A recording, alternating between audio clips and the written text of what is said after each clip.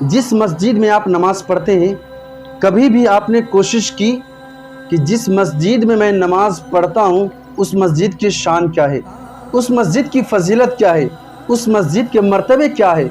कभी भी आपने समझने की कोशिश की? नहीं की।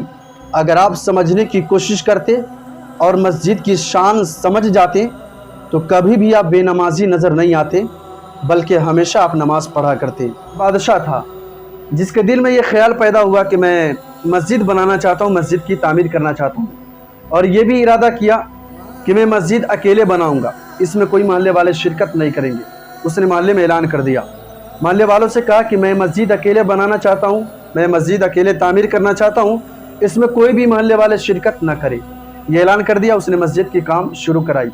मस्जिद के जब काम शुरू कराए तो उसके मोहल्ले में, उस बादशाह के मोहल्ले में एक गरीब शख्स था जो लकड़हारा था, लकड़ी को बेच करके बाज़ारों में, शहरों में और अपने बाल बच्चों की परवरिश करता था। वो एक दिन लकड़ी को बाज़ार में बेच करके उसी पैसे से उसने चंद ईंटें खरीदी, और चंद ईंटें खरीदने के बाद वो बादशाह की बारगाह में गया और कहने लगा कि बादशाह, मैंने लकड़ी को बेच करके मैंने चंद ईंटें खरीदी हैं, ये ईंटें आप अपने मस्जिद जो आप तामीर कर रहे हैं उसमें आप शामिल कर ले, ताकि मैदान महशर में अल्लाह तबारक व तआला मुझे भी बख्शिश व मग़फ़िरत कर दे। उस बादशाह ने कहा कि नहीं, मैंने पहले ऐलान कर दिया है कि जो मैं मस्जिद तामीर कर रहा हूँ उस मस्जिद में कोई शिरकत नहीं करेगा, उस मस्जिद में कोई शामिल नहीं होगा, मैं अकेले तामीर कर रहा हूँ, इसमें तुम्हारी ईंटें नहीं ली जा सकती है। वो मायूस होकर बेचारा चला गया, और जाने के बाद उसके दिल में क्या न क्या ख्याल पैदा हुआ। उसने दिमाग लगाया तो लकड़ी के अंदर उसने चंद ईंटें बांधी थी, लकड़ी सर पर थे और उसी लकड़ी के अंदर वो चंद ईंटें थी।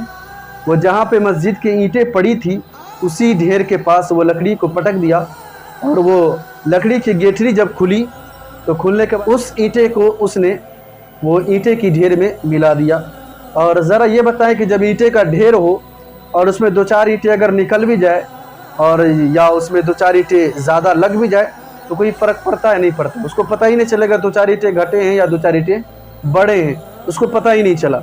तो वो मस्जिद तामीर हो गई। जब मस्जिद पूरी बन गई तो बादशाह ने एक दिन रात में सोया, और सोने के दौरान उसने ख्वाब में देखा कि जन्नत में एक मेरे नाम से महल तैयार किए गए हैं, और मेरे महल के ठीक सामने एक दूसरा महल भी तैयार किया गया है।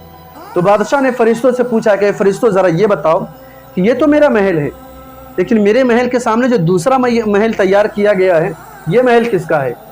तो बादशाह ने कहा कि ये तो तेरा महल है, लेकिन ये दूसरा महल जो बना है, जब तूने मस्जिद की काम शुरू कराई और तेरी बारगाह में एक गरीब शख्स, एक लकड़हारे शख्स गया था, और उसने ये भी कहा था कि मेरी चंद ईंटें हैं और लकड़ी बेचकर मैंने ईंटें को इकट्ठा किया है, मेरी ईंटें को आप अपने मस्जिद में शामिल कर ले, तो आपने मना कर दिया था।